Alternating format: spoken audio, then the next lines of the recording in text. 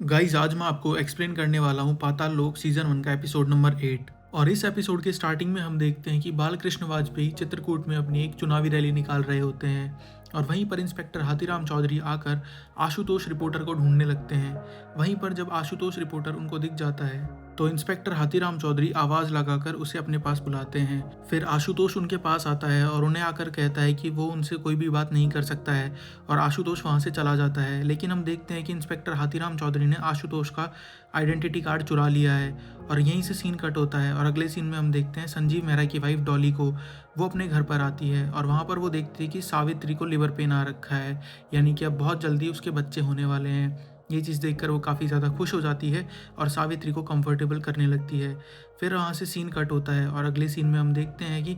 Inspector Hathiram Chaudhary Ashutosh के चुराए हुए कार्ड को दिखाकर बालकृष्ण वाजपेयी की पार्टी की मीटिंग में घुस जाते हैं और वहीं पर वो एक लेडी कार्यकर्ता को देखते हैं, जिसे देखकर इंस्पेक्टर हाथीराम चौधरी को लगता है कि उन्होंने इसे पहले कहीं देखा है। ये सोचकर इंस्पेक्टर हाथीराम चौधरी ये मीटिंग खत्म होने के बाद एक गार्ड के पास जाते हैं और उससे पूछते हैं कि बालकृष्ण वाजपेयी जी के पीए गुप्ता जी के बगल में खड़ी हुई वो औरत कौन थी। तो वो गार्ड उन्हें कहता है कि उसे कोई जानकारी नहीं है कि वो औरत कौन थी और वो इंस्पेक्टर हाथीराम चौधरी को वहाँ से निकाल देता है। फिर उसके बाद हम देखते हैं कि इंस्पेक्टर हाथीराम चौधरी उस औरत का पीछा करने लगते हैं और जब वो उसका पीछा करते हैं तो वो एक होटल पर जाकर रुक जाती है और वहाँ पे जाने के बाद इंस्पेक्टर हाथीराम चौधरी भी उसका पीछा करते हुए उस होटल में घुस जाते हैं। फिर हम देखते हैं कि वो औरत एक लिफ्ट के अंदर जाती है और इंस्पेक्टर हाथीराम चौधरी भी उस लिफ्ट के अंदर जाने की कोशिश करते हैं, लेकिन वो लिफ्ट पूरी फुल होने की वजह से इंस्पेक्टर हाथीराम चौधरी उसके अंदर नहीं जा पाते हैं। फिर इंस्पेक्टर हाथीराम चौधरी उस औरत का पीछा करने के लिए सीढ़ियों से काफ़ी तेज़ी से ऊपर जाते हैं, लेकिन वो औरत वहाँ से तब तक मिस हो जाती है और वो लिफ्ट के अंदर इंस्पेक्टर हाथीराम चौधरी को नहीं दिखती है।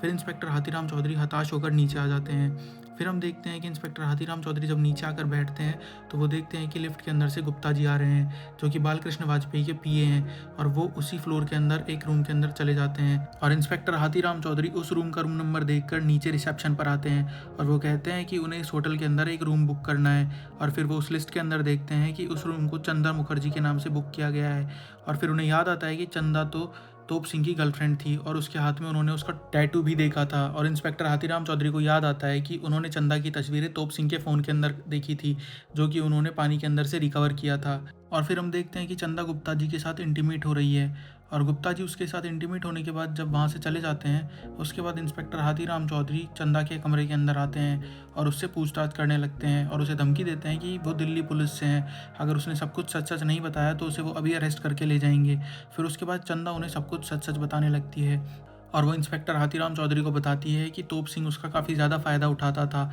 उसे एक जॉब की ज़रूरत थी और तोप सिंह ने उसे जॉब देने के बदले अपनी गर्लफ्रेंड बनाया और उसके साथ काफ़ी बार इंटीमेट भी हुआ। और तोप सिंह एक पागल इंसान था, वो उसका पीछा करते करते उसके घर वेस्ट बंगाल भी आ गया था और वो उसे धमकी देने लगा था कि वो उसी के गेट पर मर जाएगा। इस बात को लेकर चंदा काफ़ी ज़्यादा डर गई थी और वो उससे कैसे भी करके पीछा छुड़ाना चाहती थी। और उसी टाइम पर चंदा की मुलाकात गुप्ता जी से एक होटल के अंदर होती है, जहाँ पर गुप्ता जी उसे बताते हैं कि वो एक शायर है और चंदा भी उन्हें बताती है कि वो भी एक शायर है और दोनों शायरी लिखते हैं। इस बात को लेकर वो दोनों काफ़ी ज़्यादा अच्छे दोस्त बन जाते हैं और फिर चंदा गुप्ता जी को अपनी प्रॉब्लम के बारे में बताती है और गुप्ता जी चंदा को कहते हैं कि तुम तोप सिंह को एक काम के लिए मना लो, अगर वो इस काम के लिए मान जाता है तो वो तुम्हारे रास्ते से हमेशा के लिए हट जाएगा। और ये सारी बात वो इंस्पेक्टर हाथीराम चौधरी को बता देती है और ये सारी बातें जानने के बाद इंस्पेक्टर हाथीराम चौधरी उस होटल से निकल जाते हैं और वहाँ से निकलते ही तुरंत एसआई अंसारी को फ़ोन करते हैं और एसआई अंसारी से कहते हैं कि वो डीसीपी भगत की कॉल डिटेल्स निकलवाए, क्योंकि उन्हें डीसीपी भगत पर शक है कि वो इस मामले से कहीं ना कहीं जुड़े हुए हैं। और फिर सीन यहाँ से कट होता है और अगले सीन में हम देखते हैं कि डॉली की डॉग सावित्री ने अपने बच्चों को जन्म दे दिया है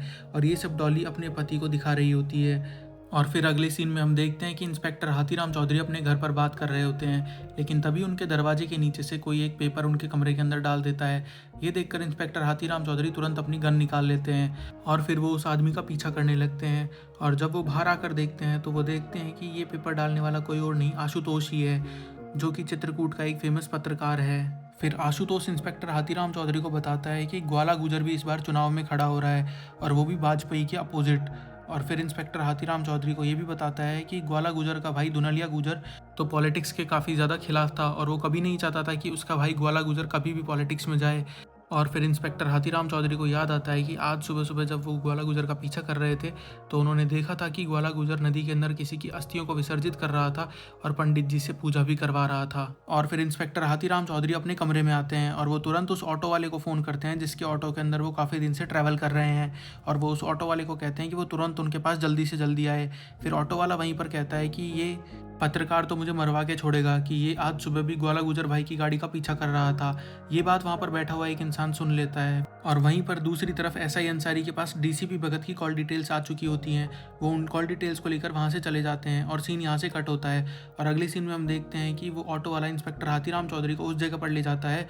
जहाँ पर सभी मरने वाले लोगों की लिस्ट होती है। और फिर इंस्पेक्टर हाथीराम चौधरी वहाँ से चोरी छुपे उस जगह की दीवार को कूद कर चले जाते हैं और फिर अंदर जाकर वो गेट का ताला भी तोड़ देते हैं और वो उस संग्रहालय के अंदर चले जाते हैं जहाँ पर सभी की लिस्ट होती है। और वहाँ पर जाकर वो गुजरों की लिस्ट निकालते हैं। और वहीं पर दूसरी तरफ एसआई अंसारी डीसीपी भगत की कॉल डिटेल्स को तोप सिंह की कॉल डिटेल्स के साथ मैच करता है। और वहीं पर दूसरी तरफ इंस्पेक्टर हाथीराम चौधरी को एक पेज के अंदर लिखा हुआ मिलता है कि धुनलिया गुजर की डेथ हो चुकी है और उनका अंतिम संस्कार ग्वाला गुजर ने किया है। लेकिन तभी इंस्पेक्टर हाथीराम चौधरी को लगता है कि उनकी तरफ कोई आ रहा है, तो वो उस आदमी को धक्का मारकर नीचे गिरा देते हैं और उसे उसी कमरे के अंदर बंद करके वहाँ से भाग जाते हैं। तभी इंस्पेक्टर हाथीराम चौधरी के पास एसआई अंसारी का फ़ोन आता है और एसआई अंसारी इंस्पेक्टर हाथीराम चौधरी को बताते हैं कि तोप सिंह की और डीसीपी भगत की कॉल डिटेल्स मैच कर रही हैं। लेकिन तभी इंस्पेक्टर हाथीराम चौधरी के पास ग्वाला गुजर के बॉडीगार्ड आ जाते हैं और वो उस ऑटो वाले को गोली मार देते हैं और वहाँ से इंस्पेक्टर हाथीराम चौधरी को उठाकर ले जाते हैं। और इंस्पेक्टर हाथीराम चौधरी एसआई अंसारी को कोई जवाब भी नहीं दे पाते हैं और इसी के साथ ये एपिसोड यहाँ पर खत्म होता है।